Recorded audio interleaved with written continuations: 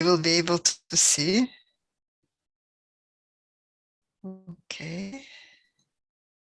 So you can keep talking. So I'm just doing a couple things, but it looks like it's working. Oh, there's So Rob. here we go. Hi, Rob. Hello, Bob. How are you? Hi, Nanette. I'm fine, thank you. At least I'm fine now. I'm not sure how I'll be at the end of this hour and a half. You'll be wonderful. Oh, You're in loving company. Thank you. Thank you, Rob, for showing up. Thank you, Nanette, for coming too. My pleasure. Love to see you again. It's good to see you.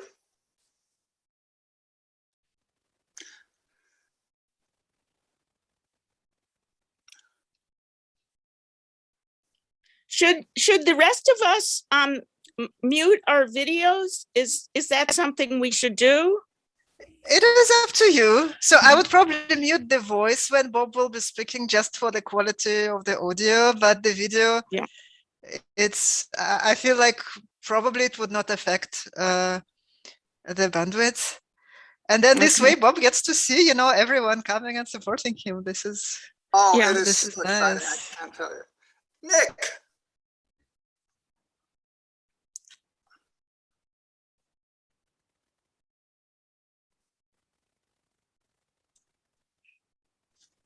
Hi, Nick. Good to see you. Hey, Bob, congrats. We're going to be Thank you very much. Thank you. enjoying, so we'll turn the video off, but congrats. It's great news. Well deserved. Thank you very much. You're very kind. Hi, Anthony. Taylor. Hi, Linda. How nice to see you. It's good to see you. It's been a long time. It has indeed. Congratulations. I was delightful to see your name. Thank you. Thank you.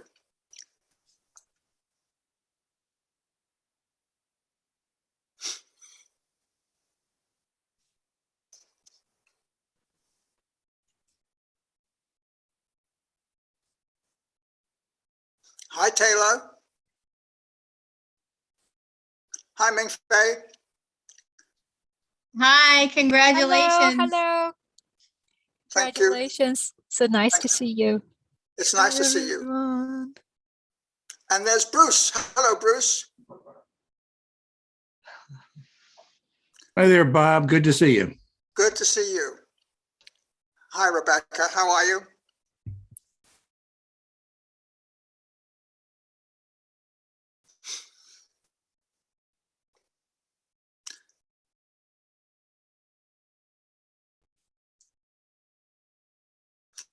Hi, Jane. Long time no see.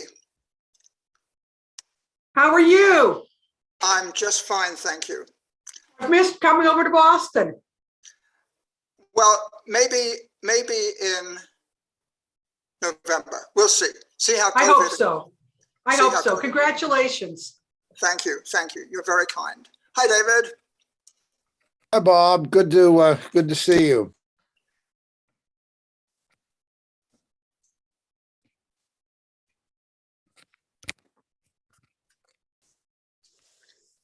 Congratulations. So exciting to see everybody joining.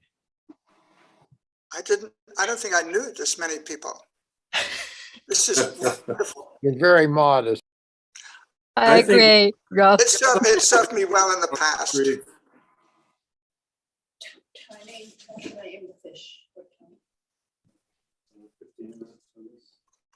I'll put it in now.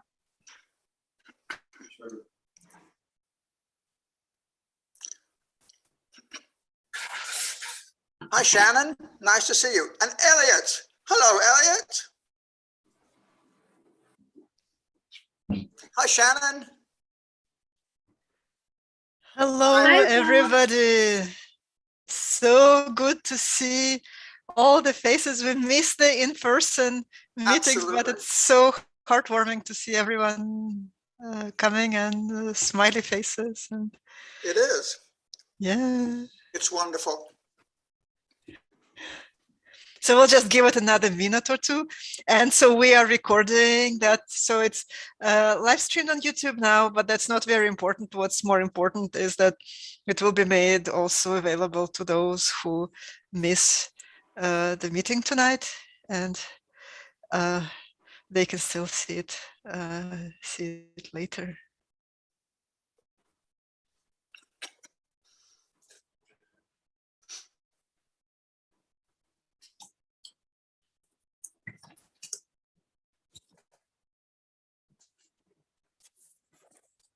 My goodness.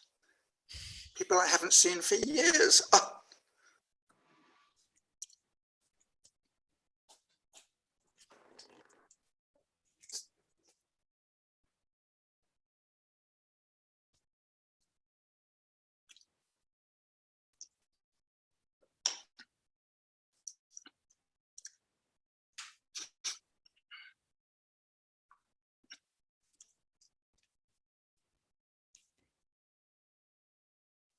Okay, let us go ahead and get started.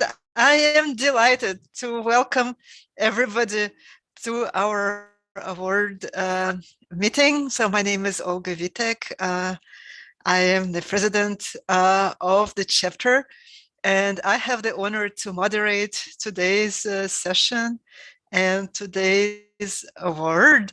Thank you very much for joining us today.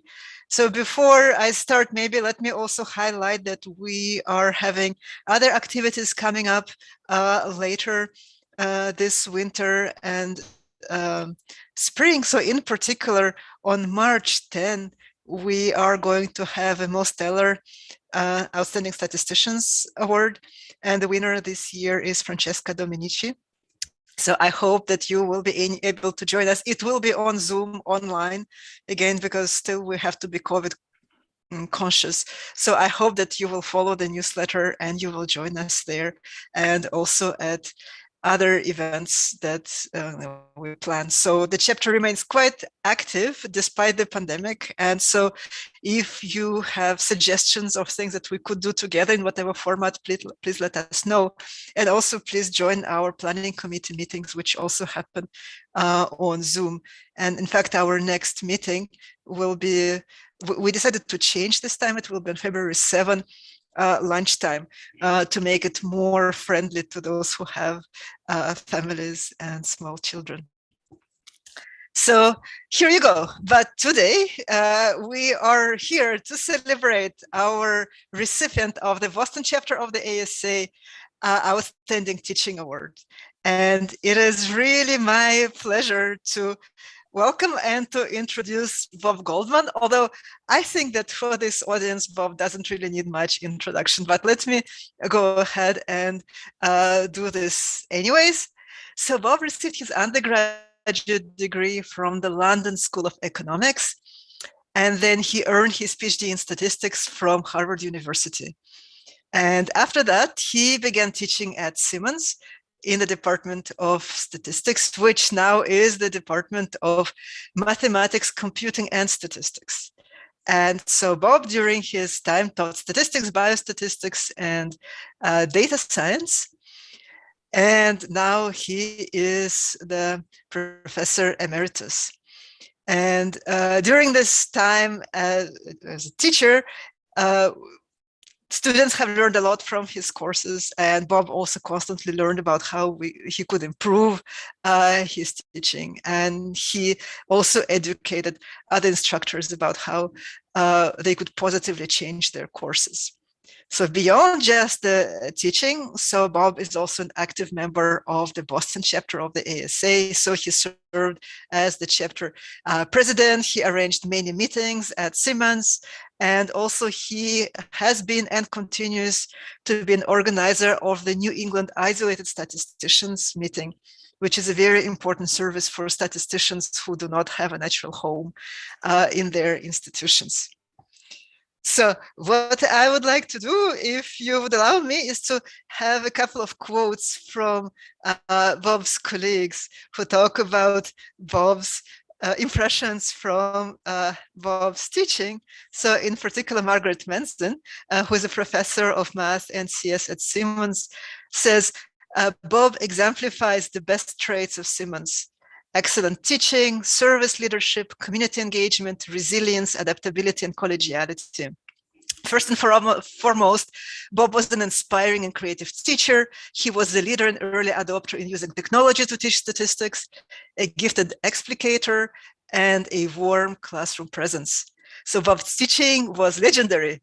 A note from one of our alumni, which is representative of many such messages, is, I wouldn't have fallen in love with mathematics or statistics without the guidance and leadership of Professor Goldman. Bob made biostatistics fun and provided the tools and encouragements for women to enter this male-dominated field. The best semester I had at Simmons was when I had 2 classes with Bob. He was also a great mentor and willing to meet with me as an alum as I navigated the post-Simmons world. So let me welcome Bob, and let me thank Bob for the outstanding service to the profession. As per tradition, the chapter would offer a plaque in the memory of this event, which unfortunately we had to send by mail to Bob. So Bob, I hope you received that. I did. Yeah. It looks wonderful. So we are very happy to hear you today. And I am sure that everyone here is also supporting this, and you can see many messages in the chat also congratulating you and saying that they are excited for your nomination. So let's use the rest of the time to hear from Bob and hear about his experiences. And I hope that this will be very useful to all of us. Congratulations, Bob, once again. Thank you, Olga. I'll take about half an hour to get my presentation up, and I hope it'll be okay. Can you all see it okay? We can see it very well. We can, okay, good. Okay, let me get.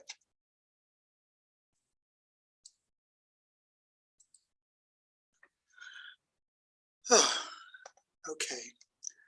Well, thank you, Olga, for those kind words. It was very thoughtful of you. I didn't recognize myself.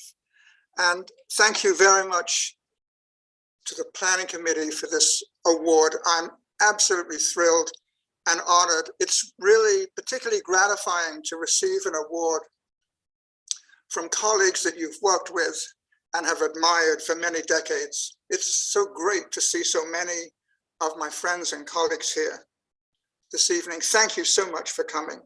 Tonight, what I'd like to do is talk about the changes that have taken place in teaching statistics, and in particular, teaching introductory statistics over the past incredible 50 years. I'll try to blend my experiences teaching at Simmons with more general observations on changes in teaching at liberal arts colleges like Simmons. So let me first of all just give you a little bit of background. That's on how I got into teaching statistics. Then I'll talk about what it was like back in the dark ages of teaching intro stat in 1972. Statistics has made such incredible progress that I wanted to just show you in section 3 a graphical view of the growth of statistics as an academic field over the last 50 years. And then in section 4, I'll go over a more detailed look at the different aspects of teaching statistics and how they have changed since 1972.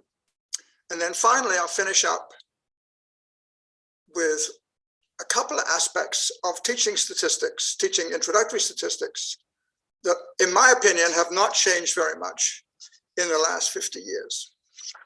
So let me give you a little bit of background about how I got into statistics. I'm sorry, this is what I plan to do. I'm sorry. Okay, so some background on Goldman. Like so many others, my interest in teaching statistics was sparked by my working with Professor Frederick Mostella at Harvard University. He's here in this picture on the front right, standing next to Bill Cochran and the other 3 founding members of the Department of Statistics at Harvard. Mostella was an amazing fellow. He made teaching statistics look deceptively easy. He would wander around the classroom, speaking in his soft, very deliberate voice, explaining the material, asking questions and answering questions. He was always in control. he just made it look, the whole teaching exercise, look effortless. And I thought to myself, I could do this. This would be a good way to spend my life. Of course, as a TA for Professor Mostella, and as a grader for Mostella, I soon realized that a lot of hard work and planning went into making teaching look effortless. Actually, I had not really thought, I knew that Mostella existed because it was on the letter of acceptance, but I hadn't really thought through who this fellow was. I actually applied to Harvard because I wanted to work with Bill Cochran. During my undergraduate years at the London School of Economics, I had encountered a lot of Bill Cochran's work and was really impressed with the kind of practical problems that he solved with fairly low-level mathematics. And I wanted to work with him. I thought that would be great. My first day at Harvard, I was met by Cleo Yoltz, who was Fred Mostella's longtime assistant. And she said to me at the door, "Let me take you to meet the great man." I, of course, thought she meant Bill Cochran. She ushered me into Fred's office, and I immediately saw this was not Bill Cochran. But we had a wonderful conversation about statistics, about some of the people that I had worked with at the London School of Economics, and I was charmed. And I realized after 4 years of teaching, of working on my PhD at Harvard, that Fred Mostella really was a great man. I came to Simmons in 1972 as a sabbatical replacement. Happily for both of us, the person that I was replacing decided that he did not want to return to Simmons, and so I took his place. We were a department of 6 of us, I think. There were 4 PhD mathematicians, myself, and a computer scientist. And having taught at Simmons for 48 years, I have not for one moment regretted the decision to stay at Simmons. It was a wonderful place, wonderful, wonderful colleagues. In that first year, I taught 2 sections of introductory statistics, and we also had a 1-year sequence in probability and mathematical statistics. So that was my introduction to teaching at Simmons. Let me tell you what it was like teaching introductory statistics back in 1972, back in the dark ages, really. I'll mention 6 different aspects of teaching statistics: what the students were like, what pedagogy we used, what resources we had access to, the textbook, the outside support that we could rely on, and the general environment, how statistics was viewed as a field in 1972. So first of all, the students. There was always a considerable mix of students from different departments. Historically, our client departments at Simmons that require statistics have been happy to allow the math department to teach the introductory statistics courses. There's no statistics courses in psychology, no statistics courses in biology or economics. And even as a rookie instructor, I realized that that was a pretty good way of organizing the teaching of statistics. The students varied substantially, as they do today in preparation. Most of them were anxious, but my sense back then was that for the most part, they didn't really know why they were required to take statistics and what they were going to learn in their statistics course. One of the most frustrating aspects of teaching statistics, introductory statistics back in 1972, was that there were a not insignificant number of students who actually were surprised that they enjoyed the course and they wanted to take more statistics. And it was so frustrating. The frustrating part wasn't that there were such students, but the frustrating part was that we had nothing to nourish their interest in applying their quantitative skills. There was nothing really for them in the math department beyond introductory statistics, because none of them were ready to take the probability and mass stat sequence. So pedagogy, well, that was pretty easy. The pedagogy back in 1972 was simple. I lectured. This has been my experience at LSE and at Harvard. Except for the seminars, we were lectured to. I knew no other method for transferring the knowledge to the students. And I thought I was a pretty good lecturer. I tried to use humor. I asked a lot of questions. I don't know what effect my accent helped, whether it helped to keep their attention or lose it, I don't know, but there wasn't much I could do about it. So that was that. One point that I should make now, as a contrast to what exists today, there was simply no question in my mind back in 1972 that it was my responsibility, not the students, to make sure that they acquired the skills and the understanding of the material. If a student failed to understand a concept, it was my fault.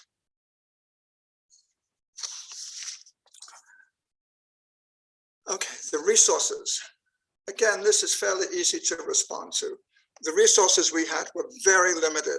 We had a chalkboard with chalk, and I had an overhead projector showing my handwritten notes. I'm not a very good typist, and I was much too scared to ask the secretary in the math department to type up my notes. We did have one other thing. We had this monstrosity of an electronic calculator with a printer inside. It could calculate cosines and sines, had a memory, no statistical function. I think it cost the department $720. It was so bulky and so heavy that I took it to the first few classes and didn't bother after that. It sat in my office for 48 years until I retired. And now my grandchildren play with it. Can you imagine? I know you can all imagine how much computing power you could get for $720 in 2022. The textbook that we used, I'm not sure exactly whether I chose it or the decision had been made before I arrived at Simmons. But the textbook was Probability with Statistical Applications by Mostella, Rourke, and Thomas. And you can see, looking at the table of contents, that the vast majority of the material was probability, and that statistics was viewed simply as an interesting application of statistics. There were some realistic examples and even some real data in the chapters that were devoted to statistics, such as they were. There was nothing on study design, nothing on surveys, nothing on randomized experiments, observational studies. The only inferences were for binomial data. There was no t-test. So it was not a statistics course as we would judge it today.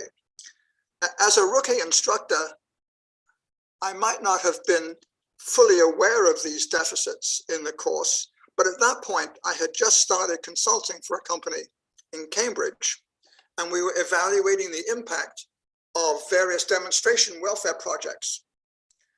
And it was really exciting. It was wonderful. It wasn't highly sophisticated stuff. It was really comparing means and comparing proportions.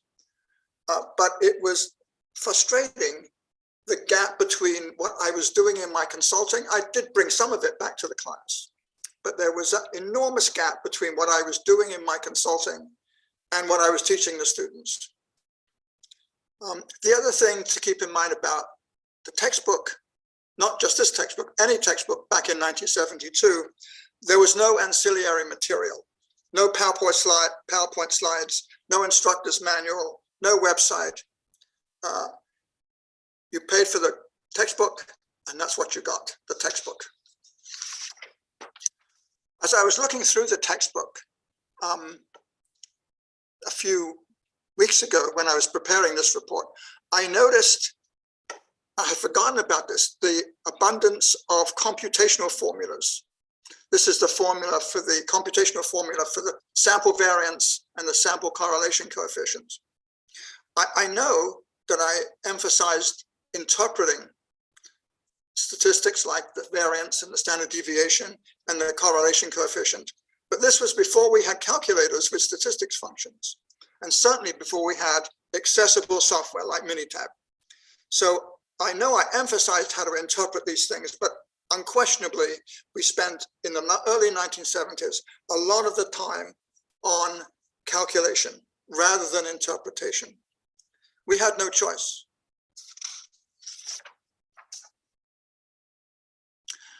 Outside support. Well, compared today,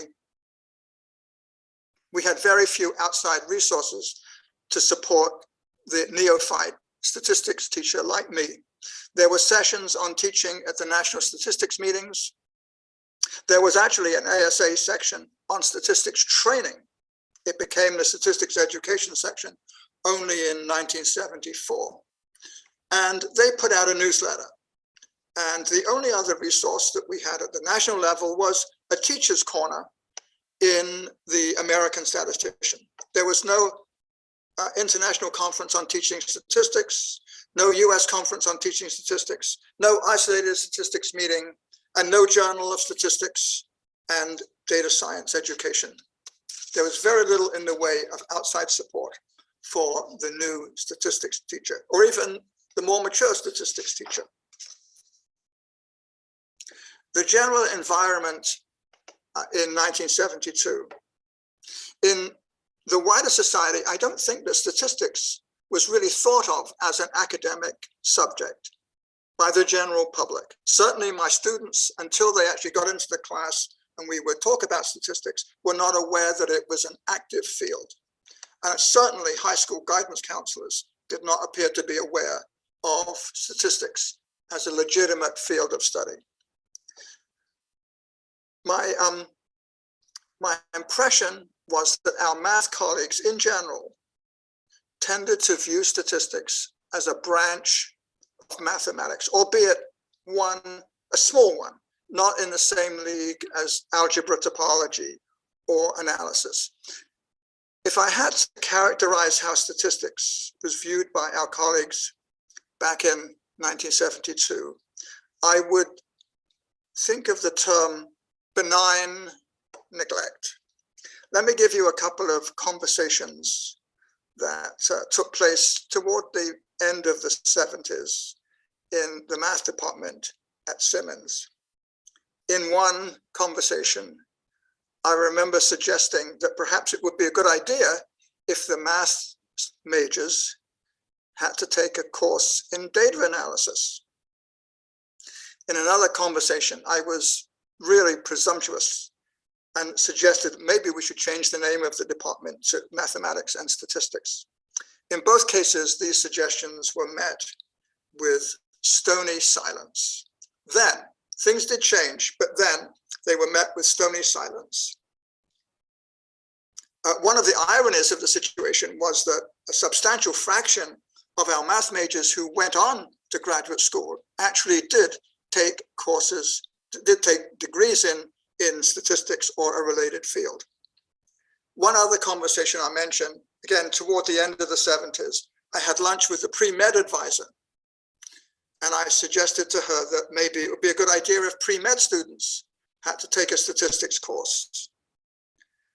She was not hostile to the suggestion, but neither did she really see the point of requiring that.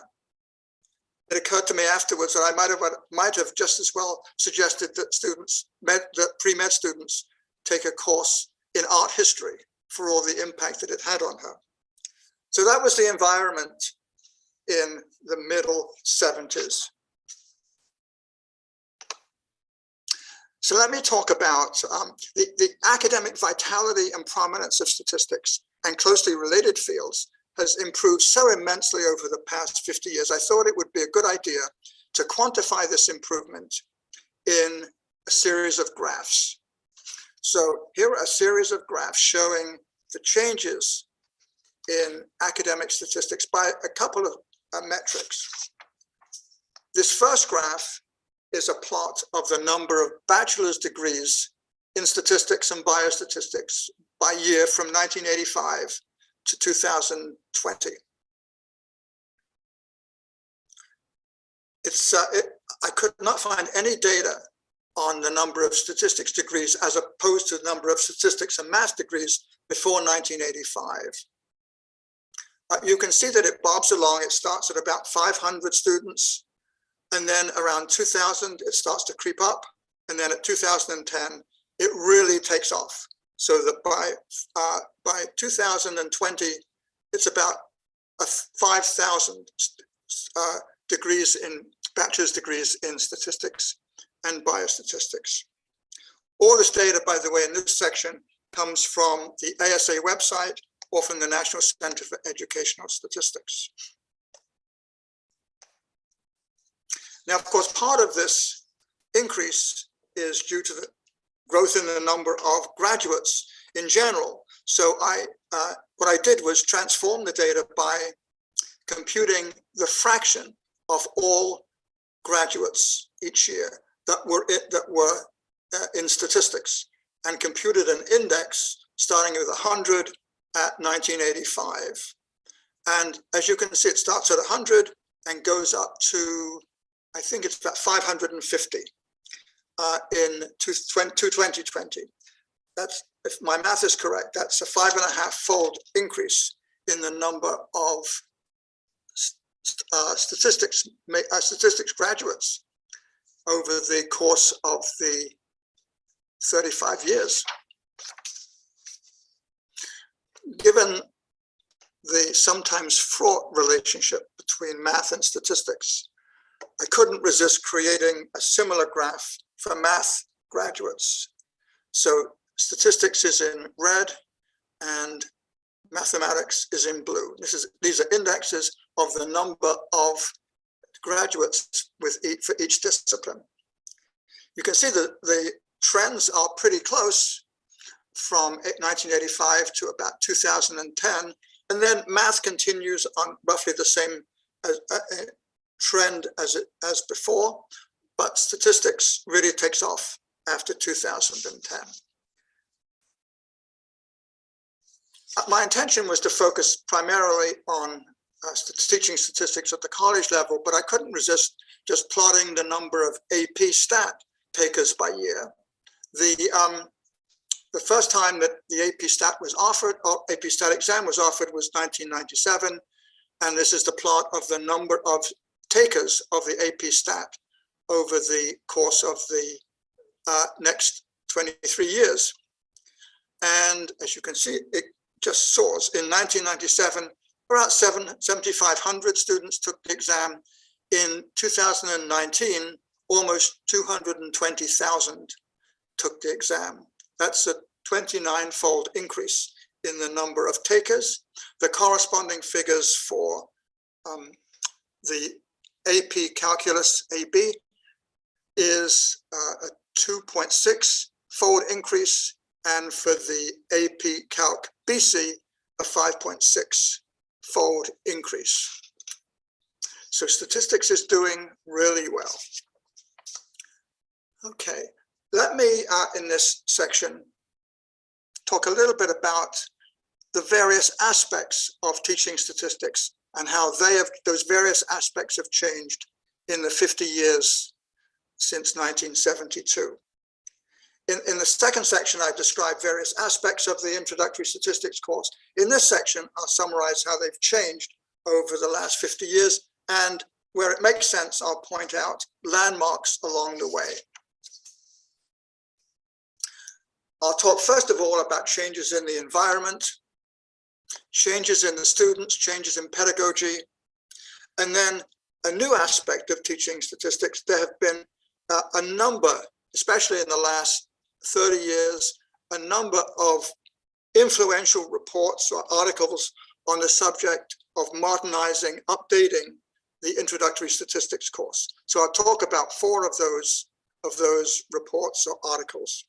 Then I'll talk again about changes in resources available to teaching statistics, changes in textbooks, and changes in outside support for teaching statistics. So let me talk about the changes in the environment for statistics over the last 50 years. The changes have been just remarkable.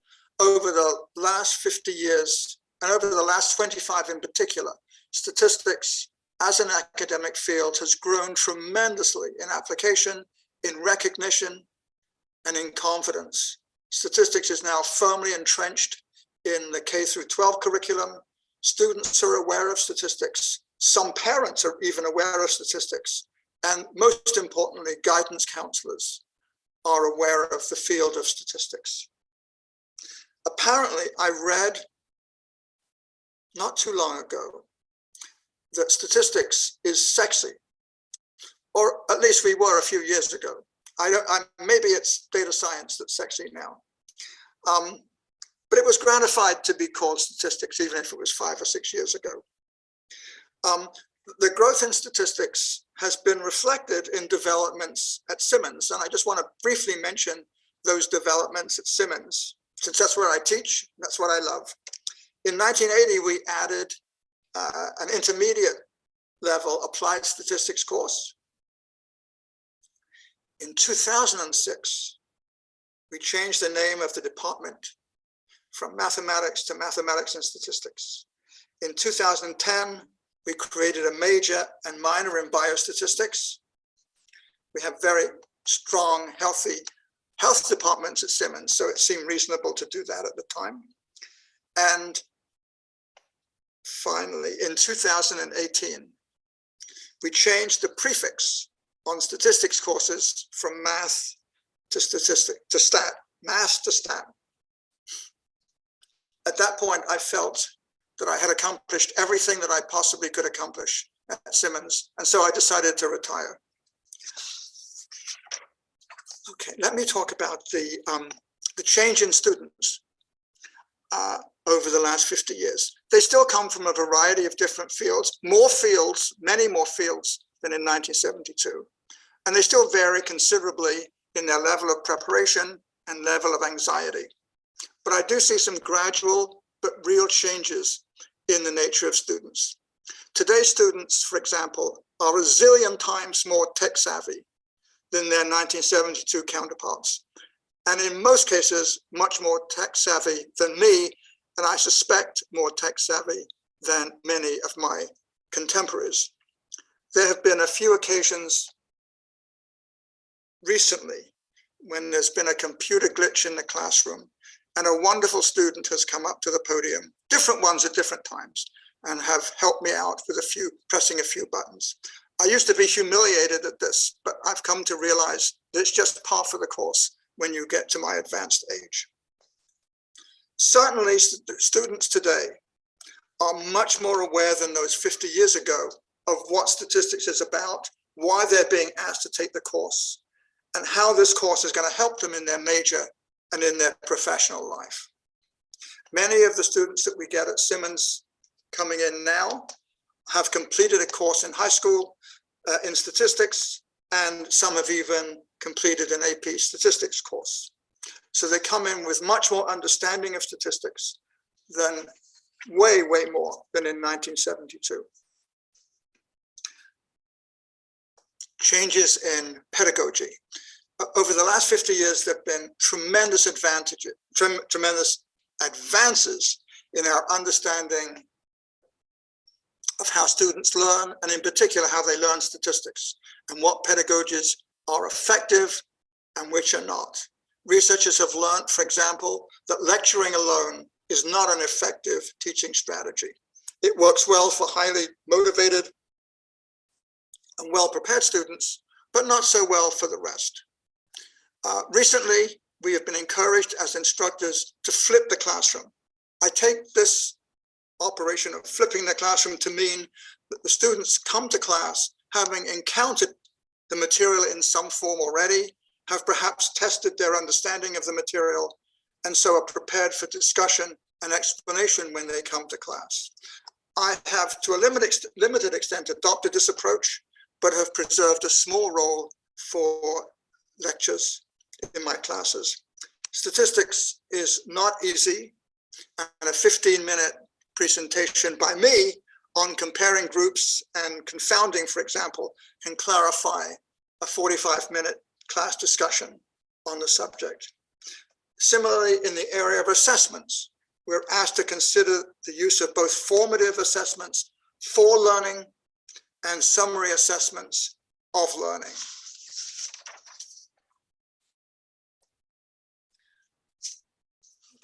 Over the past 50 years, and particularly over the last 30 years, there have been a number of influential reports and articles that have called for modernizing and upgrading the teaching in the beginning statistics courses to reflect modern practice. And I'm going to describe briefly four of the college level reports that, for a variety of reasons, appear to have had the most influence. You won't be, those of you familiar with teaching statistics will be not surprised to see George Cobb's name in this list. 1992, George wrote an article, Teaching Statistics, that was published in Heeding the Call for Change, the Mathematics Association of America notes. 1997, George, again, this time with David Moore, wrote a very influential paper, Mathematics, Statistics, and Teaching in the American Mathematical Monthly. And then the last two are the two GAZE reports, Guidelines for Assessment and Instruction in Statistics Education. The first was in 2005 and was sponsored by the ASA. And the second one was 2016, GAZE 2. Both were wonderful reports. There's a certain symbolism, I think, in this list. The first two, 1992 and 1997, were sponsored by math organizations and published in mathematics publications. The last two were sponsored by, underwritten by the American Statistical Association and published by the American Statistical Association. I don't want to make too much of this distinction, but perhaps the last two reports are evidence of statistics education moving out from the shadow of mathematics. So let me talk briefly about each of these. I can't spend too much time on each of them. They deserve more discussion, but I'll just mention very briefly what they have recommended. So the George Cobb 1992 article, Teaching Statistics, had five recommendations. Break away from teaching formal probability, emphasize statistical thinking, minimize the calculations, use real data, the importance of data production, surveys, and observational studies, randomized studies, and so on. More data and concepts, less theory and fewer recipes, and foster active learning. In retrospect, this report was the first significant call for introductory statistics to break away from its reliance on formal probability and to seriously cover the topics like study design and data analysis that are so much a part of what statisticians actually do. The George Cobb and David Moore article in 1997, the recommendations were not terribly different from those, hardly surprising given that George was an author in both of them. Exploratory data analysis, include study design, sampling distributions without the use of probability, and inference without formal probability and with an emphasis on interpretation rather than calculation. There were actually two aspects to this report. The first was what you see here, the suggestions about recommendations for what should be taught in a statistics course. But the second aspect of this report was, in a sense, more important. The report made an explicit claim that mathematicians, by virtue of their training and interests, are not best suited to teach statistics. I'll say more about this a little later, but it made quite an impression on many, many people, including me. The first GAZE report came out in 2005, and it had 6 important recommendations: emphasize statistical literacy and develop statistical thinking, use real data again, stress conceptual understanding rather than mere knowledge of procedures, foster active learning in the classroom, use technology for developing conceptual understanding. In other words, apps that help you understand the concepts in statistics, and analyzing data, and using assessments to improve and evaluate student learning. To my mind, what's new in these recommendations was firstly the emphasis on teaching literacy, and secondly, the new focus on pedagogy, fostering active learning and the more thoughtful use of assessments to monitor and evaluate learning. The second GAZE report basically endorsed the recommendations of GAZE 1 with the added recommendation that I think is a wonderful point. Students should leave the course understanding that statistics is an investigative process of problem solving and decision making, and not a collection of formulas and methods. GAZE 2 gave 9 goals, all of which were absolutely worthy of including. The 3 of them seem to me to impose something of a new burden on statistics instruction. I'll just mention what these are the 3 that I've listed here. Students should become critical consumers of statistically based results reported in the popular media.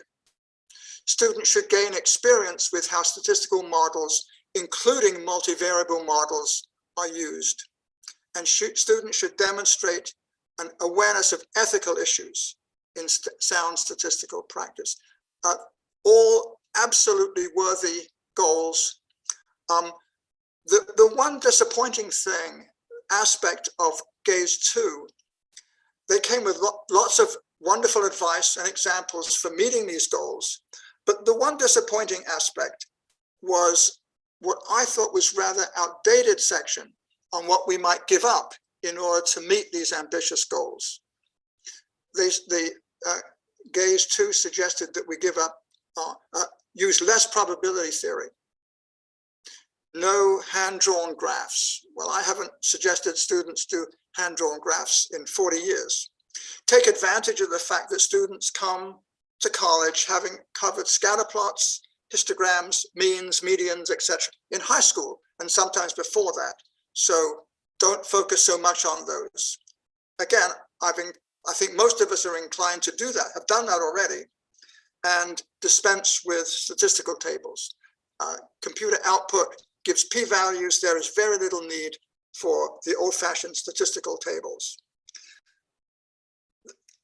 In my humble opinion, the fact is that the kind of instructor that reads GAZE and is genuinely interested in having these goals for their class is still going to struggle to meet all these goals in a 1-semester statistics course.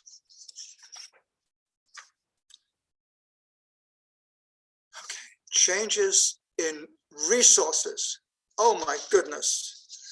Well, no aspect of IntroStat courses have changed as much over the past 50 years as the wide availability of technology.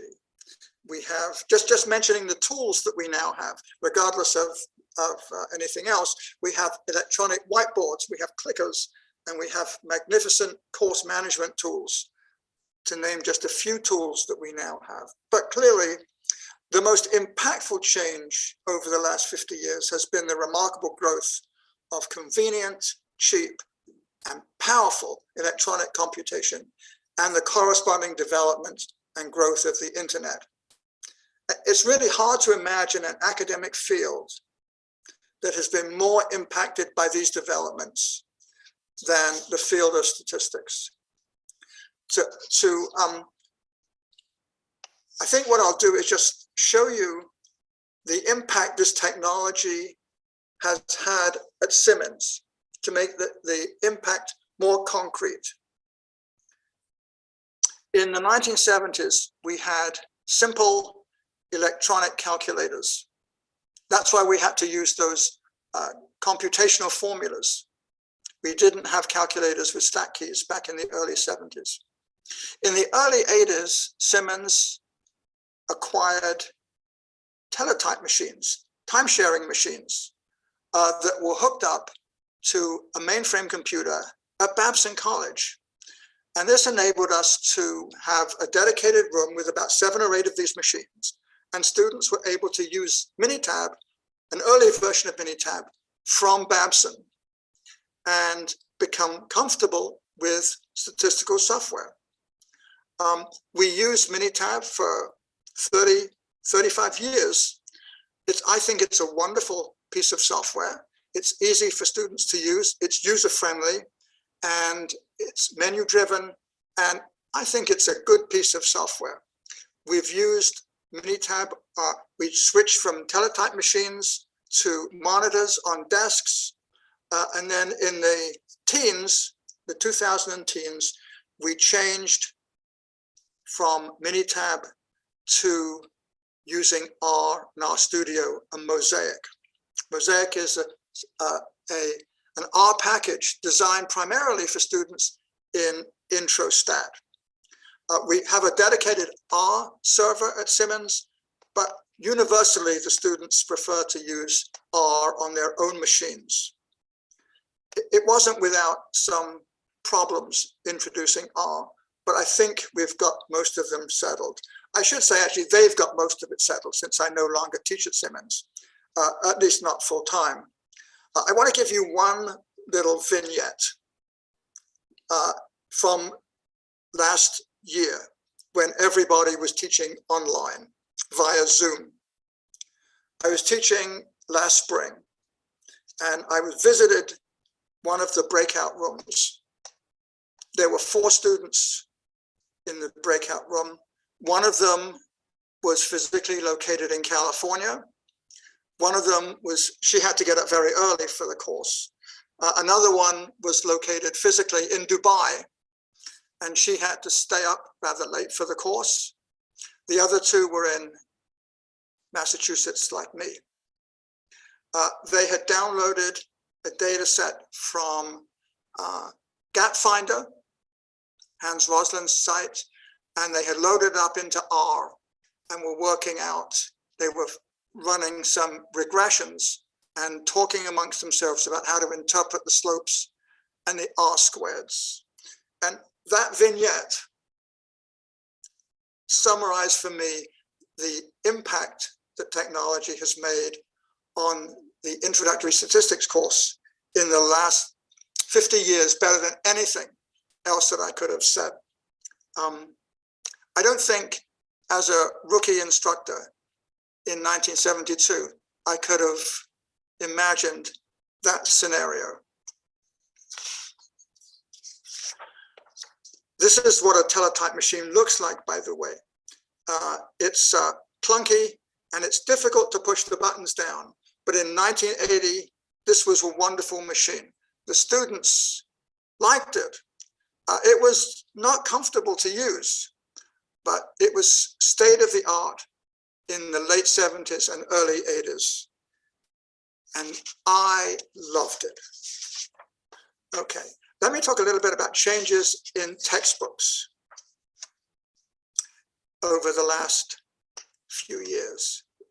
I'm starting with 1961 because that's when Mostella's book, Probability and Statistics, was used in the Continental classroom, which many of you may be aware of. It was a television series, Mostella standing and talking about statistics.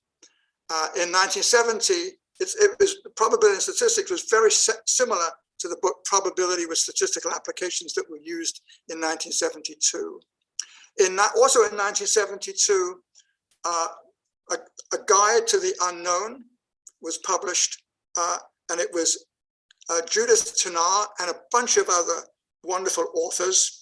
It was not a textbook, but it was a book of statistical case studies, wonderful series of essays on statistical applications. We had it in our library, and I assigned students to read some of the case studies there.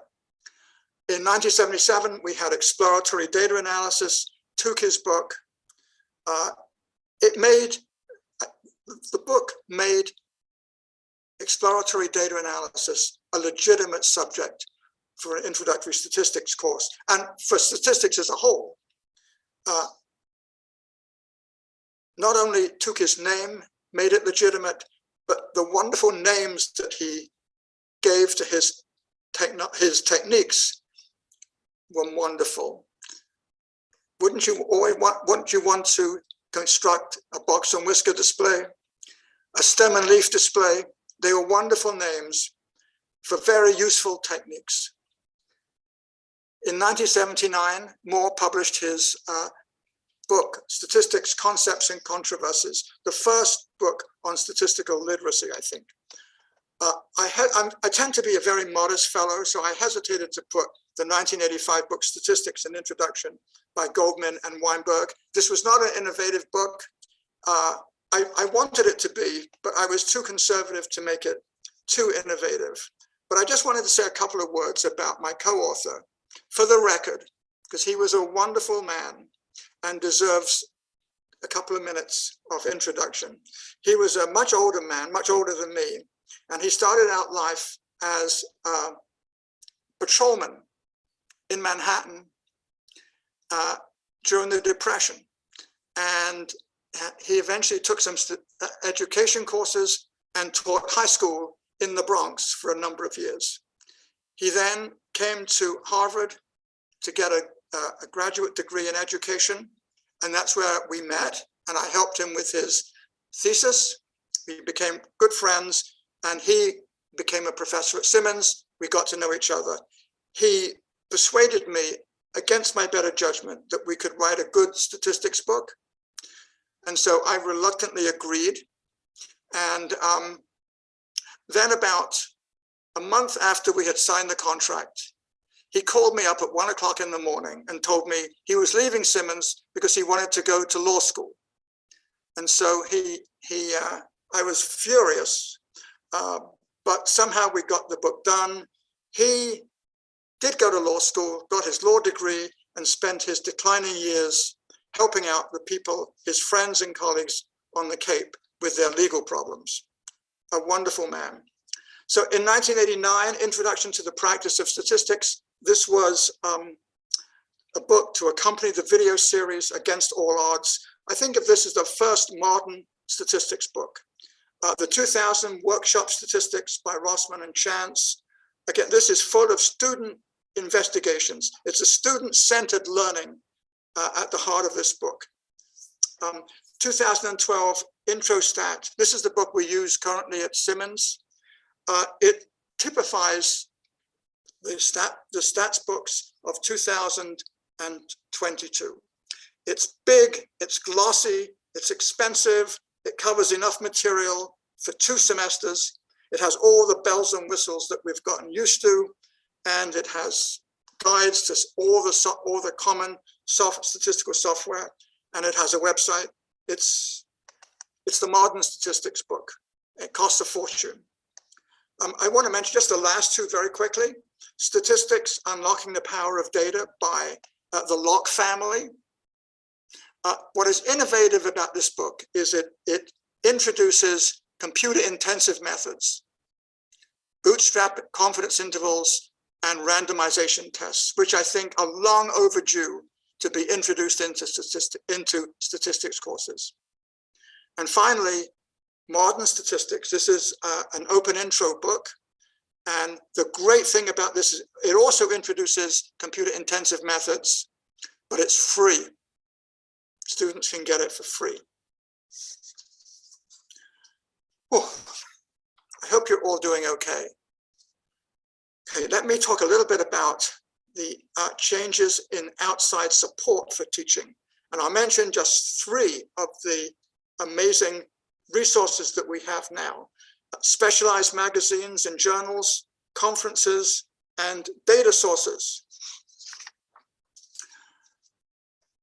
These are just some of the magazines and journals devoted to education.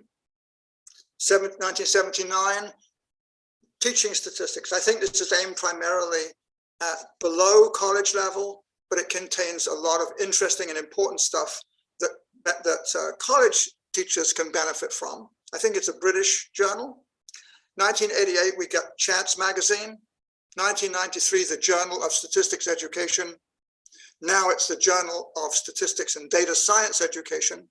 2002, Statistics Education Research Journal. 2004, Significance. And 2007, Technology Innovations in Statistics Education. I understand that Chance and Significance are not educational journals, but they both publish wonderful articles of great interest to statistics teachers. Conferences devoted to statistics education. 1982, the first international conference on teaching statistics, the ICOTS, was held in Sheffield in England. In 1995, the first New England Isolated Statisticians meeting, the first NISM. There have been a lot of other NISMs in different parts of the country, but I think we've been going the longest, and I'm really proud to have been part of the group that were organizing the NISMs in recent years, along with John McKenzie and a number of other people. And I have to say, since this event is sponsored by the Boston chapter, that the Boston chapter has very graciously and generously supported the New England Isolated Statisticians meetings over the last few years. In 2005, we had the first United States conference on teaching statistics, US COTS, and 2012, the first electronic conference on teaching statistics. So we have a lot of conferences devoted to statistics education. And I just mentioned at the bottom, the listserv that I typically use is a great source of generating discussion about statistical issues, the ISOStat listserv. I'm sure there are more, but that's the one that I'm most familiar with. And then data sources, we are not lost for data. We have too much data. We have more data than we need.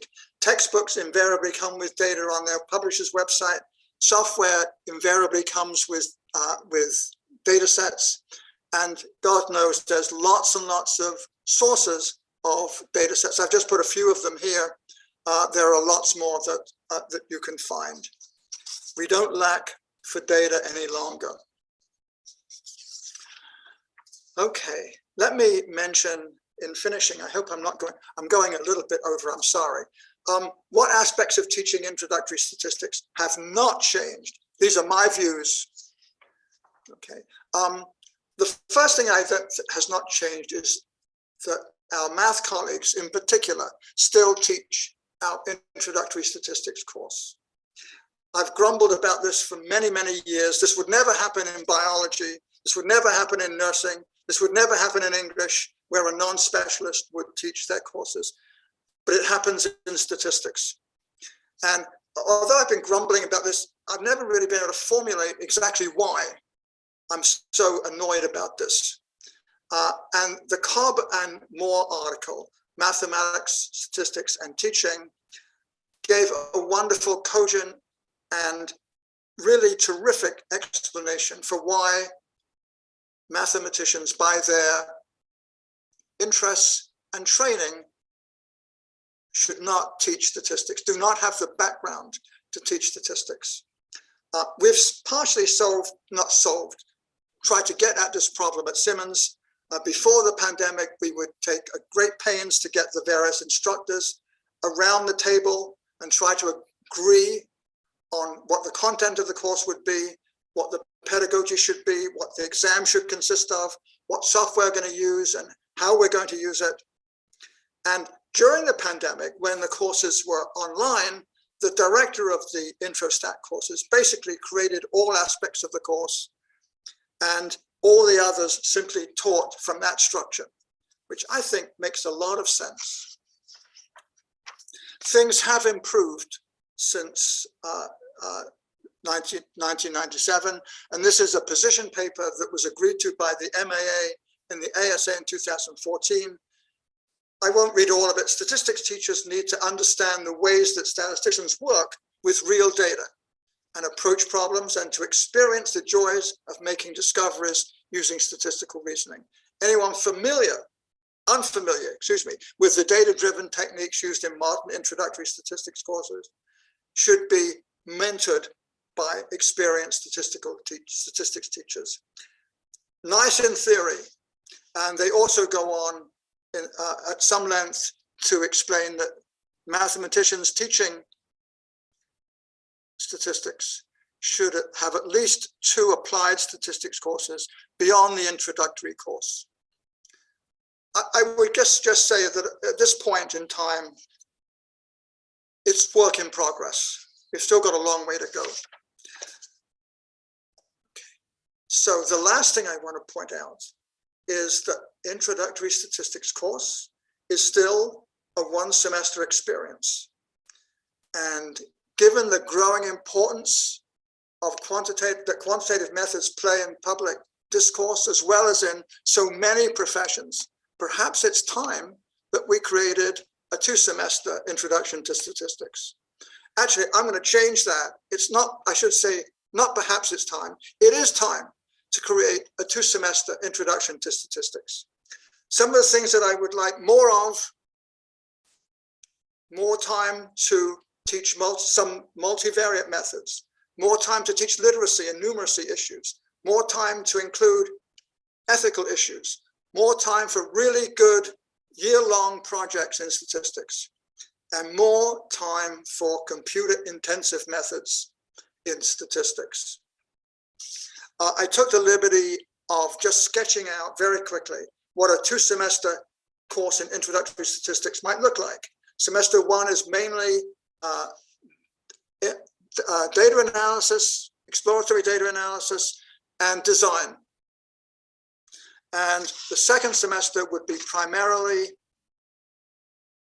inference, including both computer-intensive methods and some exposure to normal-based inference. Thank you for coming, and thank you for paying attention, and thank you to for the planning committee for this wonderful award. I'm immensely grateful. Thank you. I'll stop. Thank you so very much, Bob. Thank you. This was very, very insightful and very interesting for us, who didn't get to practice statistics back in the day, to know how things were and how things evolved. This was really, really interesting. So we are kind of reaching the end of the time, but let's maybe take a couple minutes if somebody has any questions or comments or anything that they would like to voice. And, the equivalent, of the after the talk hallway conversation, I hope that we can do a little bit of that if you can stay.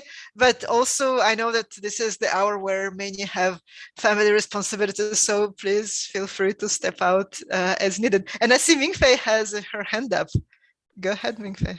Yeah, in terms of teaching, there's so many, I just feel that today, but please, so many topics we can discuss and so many things we can discuss. Maybe one short question is, Bob, for your experience over the years, you see the transitions, right? So you see the transitions of the outside, internal of communities, the students, also the technologies we use.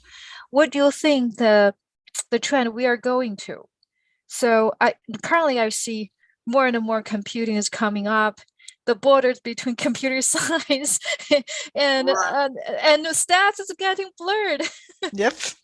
Yes, absolutely. It's exciting. And I think I have no idea where we're going to end up. I suspect there will be more of what we now call data science coming into the introductory statistics course, but I have no idea of what is going to happen. I just know that it's very, very exciting. And it's a wonderful time to be a statistician. I almost wish I could do it all over again. I'm so envious of my colleague, Anthony Scatina, who is one of the second newest member of the Math and Statistics department, and is just starting out at the same stage that I was when I started at Simmons. Be a great time to be I think it's a great time to be a statistician. Oh, this is wonderful. Let's see if anybody has anything to add, question or just no question, just a comment. Please speak up. I don't have any questions, but I just wanted to say hi, Bob. It's so wonderful to see you. Hi, Marie. It's so lovely to see you. I'm Marie Desjardins. I'm the Dean of the College of Organizational, Computational, and Information Sciences at Simmons, which includes math, computing, and statistics. Oh, how wonderful. Thank you for joining us. Yeah, thank you for coming. It's so wonderful to see Bob honored in this way, and it's been just incredible knowing him. And I was realizing, Bob, I was saying to somebody earlier that you had retired, I think at just around 48 years of teaching. Is that right? Or was it 49? That's right. Yeah, 48. But you have continued teaching for us. And so I think you may be coming up on 50 years of teaching at Simmons, which is true. That should be counted.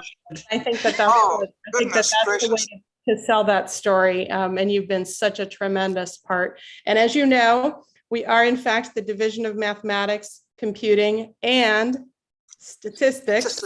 Yeah, it's wonderful. And it's really been a great thrill to get to know you, Marie, too. So thank you for your great work in the division. Thank you. And wonderful. And thank you, Amber, too. And I want to just do a real quick shout out. Hi, Bruce. Bruce is one of our emeriti faculty, and it's great to see him and all of our other Simmons faculty. And Nick Horton is still here, and I've known Nick for about 35 years. We went to college together, so really always fun to see a different face. But congratulations, and thanks everybody for organizing this. Oh, thank you so much. And Miriam, you have your hand up. Yes. Hi. Can you hear me? Yes, we can. So Bob, when I did my master's degree, it was out on the West Coast. And at Berkeley, and they were using a really new book by Friedman, Pisani, and Purvis called Statistics. And that was a fantastic for the introductory and for the for the students with no mathematical, no strong mathematical background. How do you know of that book? And did it make it out to the East Coast? I was hoping no one would mention that book because I think it's a wonderful book. I find I want a little more math personally. I actually had the book on my list, and then I took it off at the last minute because I had too many. But I think it's a wonderful book. I really do, and I don't know how much of an impact it has had, but I do think it's a wonderful book, Miriam. And I just had too many books to keep on my list. But I agree with it. Did make it to the East Coast. Thank you. I don't know how well it's sold. Good. Because it was so innovative, and it was a lot of words and not so many formulas. And I think many people resisted buying the book for that reason. But it's a wonderful book. Yeah. I learned a lot from it. Yeah. Thank you, and congratulations again, Bob. Thank you, Miriam. I hope we'll see you soon. So let's see. Michael, looks like you are talking, but you're muted. If that's Michael, do you want to say something? Let's see if we can. So, speaking as the person who has had an office immediately next to Bob Goldman for 35 years, I would like to report three things. First of all, he was very modest about his textbook, which I taught out of for many years. It's a wonderful book. Second, Bob has been a model for dedication to all around him, and we have all responded to that and admired it. And thirdly, Bob leaves a trail of not just admiration, but love among the students and among his colleagues. And I just would like to thank him. Thank you, Michael. I appreciate those comments. Oh, this is wonderful. I don't want this to end, but I know it has to end. Well, so let's see. Anything else? I think this is a wonderful kind of ending note, I guess. Thank you so much, everybody, for joining us today. Thank you, Bob, for the wonderful presentation. Thank you. And thank you all for coming to the events of the chapter. The pandemic has been very challenging for everyone, and we do our best to keep things, keep our community together via Zoom as much as we can. So I hope that you will continue joining us despite like all these different formats. Join us at the planning committee meeting, and I hope you will also come and hear from Francesca Dominici when it is time for the Mosteller Award. And if you have any suggestions of what we can do, or if you would like to volunteer in any way, or if you would like to contribute to the chapter or just hang out, please join us. We welcome everybody. So thank you all. Thank you. And see you next time. Thank you, everybody. Congratulations, Bob. Thank you, Olga. Thank you so much. Nice to see you.